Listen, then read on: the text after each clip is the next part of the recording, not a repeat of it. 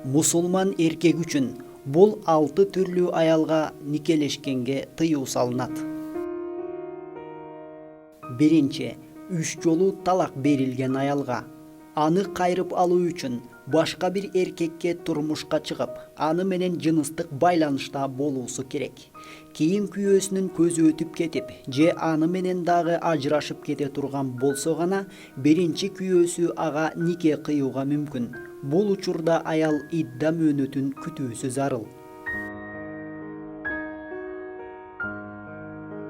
Экинчи, 5-чи аял.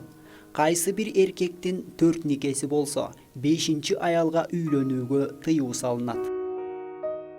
Үчүнчү, бир тууган эже сиңдилерге бир учурда нике кыйдырууга болбойт.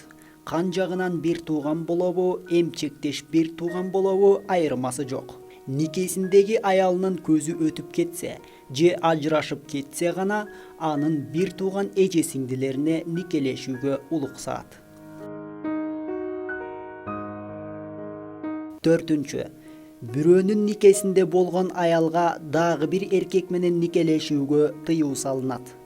Аял эч качан 2 эркек менен бир учурда никеде болуусу мүмкүн эмес. Качан гана күйөөсү менен ажырашып кетсе, идда мөөнөтүн күткөн соң башка эркекке тийүүгө укук алат. 5-чи, идда мөөнөтүндө отурган аялга күйөөсүнүн көзү өтүп кетип, же талак берген соң идда мөөнөтү бүтө электе башка эркекке турмушка чыгуу мүмкүн эмес.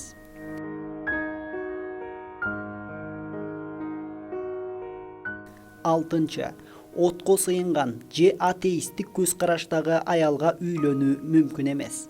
Качан гана аял ислам динин кабыл алса, ага үйлөнүүгө мүмкүн.